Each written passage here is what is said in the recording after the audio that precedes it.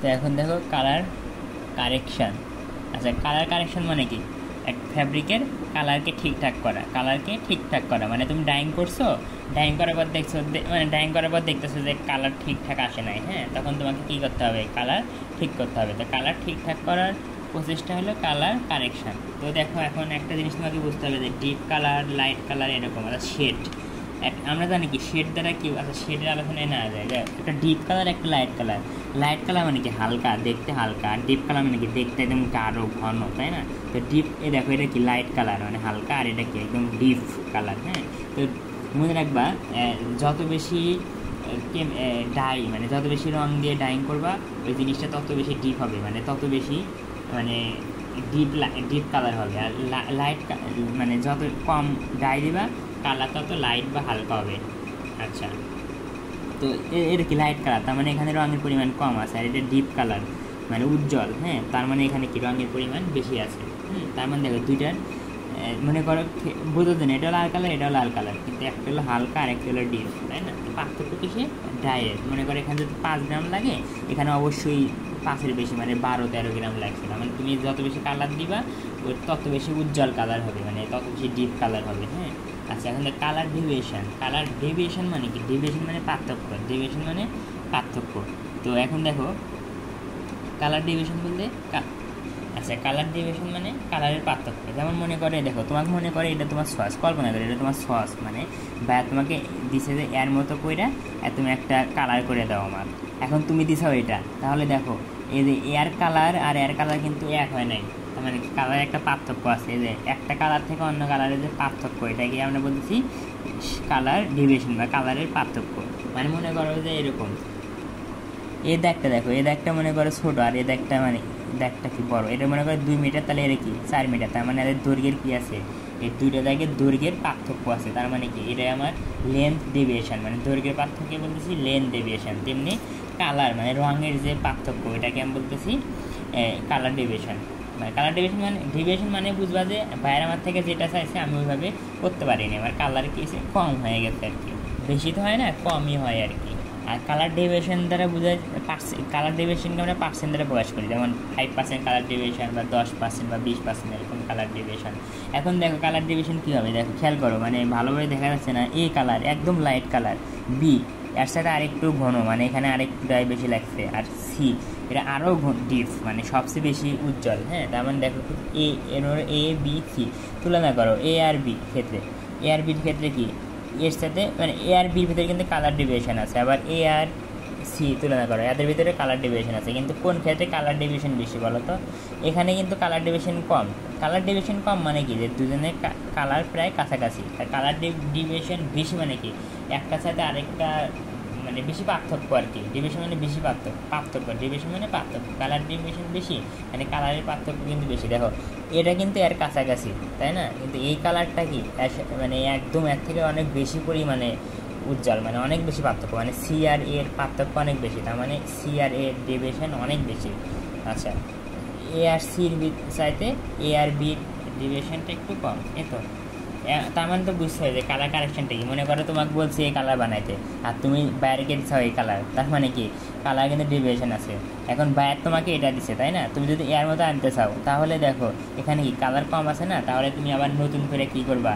Colour যোগ করবা dyeing বাতে, তাই না? এখন দেখো ডাইং বাত মানে কি বলছিলাম, ডাইং বাত মানে মানে কি ডাইং মেশিন, মানে ডাইং বাত বলতে যেখানে কাপড় ডাইং হয়, মানে ডাইং বাতের ভিতরে তো কাপড় থাকে, তার মানে ডাইং বাতের ভিতর রং দেওয়া মানে কি ফ্যাব্রিকে রং দেওয়া। তো দেখো কালার কারেকশন মেথড মানে তুমি যে কালার তোমার মানে তুমি বাইরের যে কালার চাইছে ওই কালার যদি না আসে, তো মনে করো আচ্ছা মানে বাইরের যে কালার চাইছে তুমি দেখতেছো যে তোমার ওই কালারটা আসতেছে না, হ্যাঁ, তখন তুমি কী করবা? ঠিক করে নিবা, মানে বাইরে থেকে তুমি কী করবা? ওই যে নতুন করে ডাই যোগ করবা, করে ওই কালারকে ঠিক করে নিবা। এই কালার ঠিক করার পদ্ধতিটাকে আমরা বলতেছি কালার কারেকশন। তো আমরা এই দুইটা পদ্ধতিতে কালারকে ঠিক করতে পারি, একটা অ্যাডিশন একটা টপিং। হ্যাঁ, তো তোমাকে প্রথমে অ্যাডিশন বুঝতে হবে। হ্যাঁ, অ্যাডিশন মানে কি? যোগ করা, মানে তুমি ডাইং বাদে এক্সট্রা কিছু ডাই যোগ করবে। মানে দেখো তুমি ডাইং শুরু করলে, তাহলে কি তুমি একটা রেসিপি অনুযায়ী কিন্তু ডাইং দিলা, মনে করো রেসিপি অনুযায়ী ডাই সল এগুলো দিলা, দিয়ে ডাইং করতে হয় কি ডাইং করতেছো। ডাইং করার নিয়ম কি? হ্যাঁ, মনে করো যে ডাইং 1 ঘন্টা ধরে ডাইং করি, 1 ঘন্টা ধরে ডাইং করি। হ্যাঁ, তো আমি কিছুক্ষণ পর পর চেক করবো, সাধারণত 10 মিনিট পর পর চেক করব, মানে চেক কেমনে করে দেখো, ডাইং তো ডাইং মেশিনের ভিতরে কিন্তু ডাইং চলতেছে, ওই অবস্থায় ওই যে নজেল আমি দেখাই দাঁড়াও। তো এমনি বেসিক বলতো, মনে করো ডাইং হচ্ছে, যদিও এখানে অন্য কিছু হচ্ছে, ডাইং তো এভাবে হয় তাই না, ডাইং হচ্ছে, ডাইং মনে করো চারো ডাইং হচ্ছে, মানে ডাইং মনে করো চলমান, হ্যাঁ চলমান থাকার কালীন কী করবে, এই দেখো খেয়াল করো, হ্যাঁ এই যে এর ফুটা মানে গতটাকে বলতে আমি নজেল, এই নজেল দিয়ে কী করলো, এই যে ফ্যাব্রিকটা বের করলো, মানে দেখো ওই মেশিন ডাইং মেশিনের ভিতরে কিন্তু অনেক ফ্যাব্রিক থাকে, হ্যাঁ ফ্যাব্রিক তো আছে, কিন্তু ওই নজেল দিয়ে ফ্যাব্রিকটা বের করে সামান্য অংশ কেটে নেবে, সামান্য অংশ, বেশি না কিন্তু সামান্য অংশ কেটে নেবে, হ্যাঁ ওই যে সামান্য অংশ কেটে নিয়ে ওই যে ড্রয়িং মেশিনের ভেতর থেকে তো দেখলাই সামান্য ফ্যাব্রিক মানে টান দিল দিয়ে সামান্য ফ্যাব্রিক কেটে নেবে, মানে আমরা এই যে আমার সোয়াশ কেটে নিই না এরকম সামান্য অংশ কেটে নেবে, নিয়ে দেখবে যে আমার কালারটা ঠিকঠাক আসতেছে কিনা, ঠিকঠাক আসতেছে কিনা। মনে করো 1 ঘন্টা ডাইং, 1 ঘন্টা ধরে মনে করো আমরা ডাইং করবো, তো মনে করো প্রথম 30 মিনিট চেক করার দরকার নাই, তারপর থেকে প্রতি 10 মিনিট পর পর আমি চেক দিব যে আমার কালার ঠিকঠাক আসতেছে কিনা, হ্যাঁ। আচ্ছা, তো এখন দেখো অ্যাডিশনে কী বলছে, অ্যাডিশন হলো মনে করো এরকম ডাইং চলতেছে, চলতে তুমি চেক দিলা, চেক দিয়ে দেখলা কি যে ডাইং কিন্তু এখনও শেষ হয় নাই, পুরোপুরি ডাইং শেষ হয় নাই, মনে করো 1 ঘন্টা ডাইং করবা, 50 মিনিট পর যা দেখলা যে তোমার কালার ডেভিয়েশন কী আসছে, 0.5% কম আসছে, 0.5% কম আসছে। তার মানে কি, তখন তুমি কী করবা, তখন হলো ওই যে বাইরে থেকে এক্সট্রা করে ডাই তুমি কী দিবা, ডাই বাদের ভিতর দিবা, নাহলে তোমার কালার ঠিকঠাক কিন্তু আসবে না। তার মানে দেখো যখন তুমি দেখবা ডাইং প্রসেস এখনও শেষ হয়ই নাই, শেষ হওয়ার কিছুক্ষণ আগে কী আসছে, কালার ডেভিয়েশন মানে কালার ডেভিয়েশন 5% কম আসছে, হ্যাঁ কম আসছে, তখন তুমি কী করবা, তখন তুমি বাইরে থেকে ওই যে কিছু পরিমাণ কালার এক্সট্রা অ্যাড করবা, এই যে তুমি বাইরে থেকে কিছু পরিমাণ কালার এক্সট্রা অ্যাড করলা, এর ফলে তোমার ডাইং ঠিকঠাক হবে, মানে তুমি যে ফ্যাব্রিকটা পাবা ওই ফ্যাব্রিকের কালার এবং বাইরে যে তোমাকে সোয়াশ দিছে তোমার ওই কালারের সাথে মিলবে আর কি। যদি তুমি এর পরীক্ষা না করতে করে যদি ওই যে বাইরে থেকে যদি সামান্য পরিমাণ ডাই বাদে যোগ না করতে, তাহলে কিন্তু তোমার কালার ঠিকঠাক আসতো না, হ্যাঁ। তো কালার কিন্তু ঠিকঠাক আসতো না, তুমি বাইরে থেকে সামান্য পরিমাণ ডাই দিয়ে কালারটা ঠিকঠাক করলাম, এই যে আমি বাইরে থেকে দিলাম সামান্য অ্যাড করলাম, ওই জন্য আমি বলতেছি একে কালার অ্যাডিশন, মানে বাইরে থেকে কিছু পরিমাণে অ্যাড। তার মানে এক্ষেত্রে কী হলো দেখো, ডাইং প্রসেস কিন্তু শেষ হয়ই নাই, ডাইং প্রসেস চলাকালীন সময়েই আমি কি করলাম, শেষ হবার আগেই মানে ডাইং প্রসেস চলতেছে ওই চলা অবস্থায় বাইরে থেকে মানে কিছু পরিমাণ ডাই অ্যাড করে দিলাম ডাই বাদের ভিতর। আচ্ছা, এই কিছু পরিমাণ ডাই অ্যাড করার ফলে আমার কালারটা ঠিকঠাক আসবে ফ্যাব্রিকের। তো কী বলছে দেখো, বিফোর কমপ্লিটিং ডাইং প্রসেস, মানে ডাইং প্রসেস শেষ মানে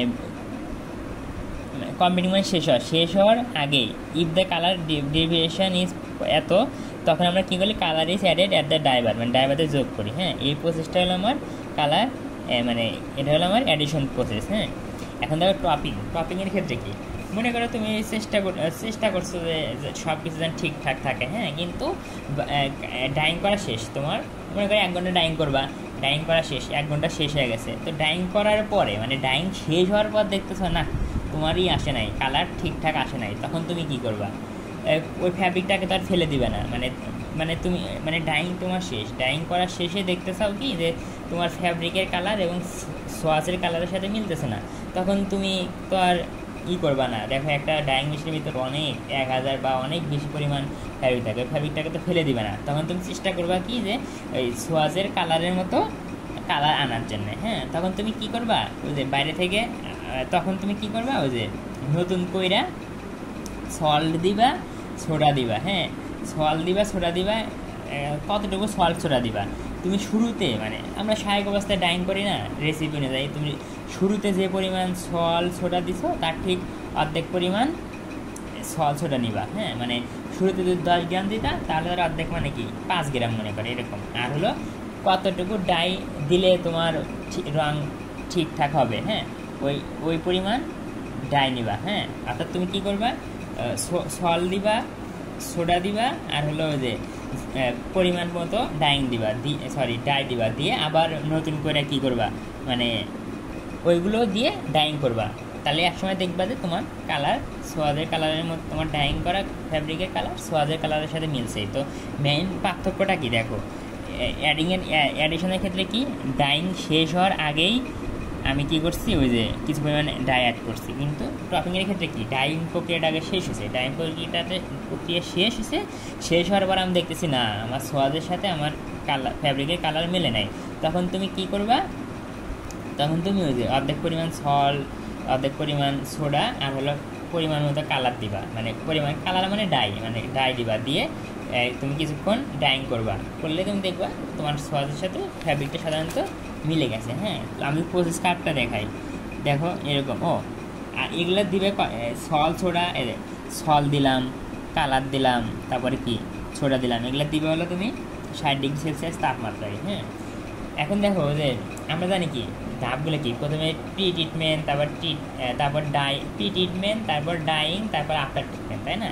তো ডাইং কখন করা হয়, প্রি ট্রিটমেন্টের পরেই। আচ্ছা, আর ডাইংয়েরই একটা অংশ হলো তোমার যে টপিং অ্যাডিশন। তার মানে কি টপিং অ্যাডিশন এগুলোও কি প্রি ট্রিটমেন্টের পরেই করা হয়, এই জন্য আমি প্রি ট্রিটমেন্ট আগে লিখছি। হ্যাঁ, তো দেখো মানে তার মানে টপিং তো মোটামুটি একটা আইডিয়া পেলা। টপিং কি, যে প্রথমে তোমার ডাইং শেষ হয়ে গেছে, কিন্তু শেষ হওয়ার পর দেখতেছ যে তোমার কালার মেলে নাই। তখন তুমি কী করবা, 60°C তাপমাত্রায় 50% সল, 50% সোডা দিবা, সাথে কী দিবা, কুপার, মানে যতটুকু কুপার অ্যামাউন্ট অফ কালার, মানে যতটুকু কালার দিলে তোমার সোয়াদের কালারের সাথে মিলে যাবে ওই পরিমাণ কালার দিবা, দিয়ে তুমি ডাইং করবা আর কি। হ্যাঁ, এই দেখো এখানে তার মানে প্রথমে সল দিছাও, তার কিছুক্ষণ।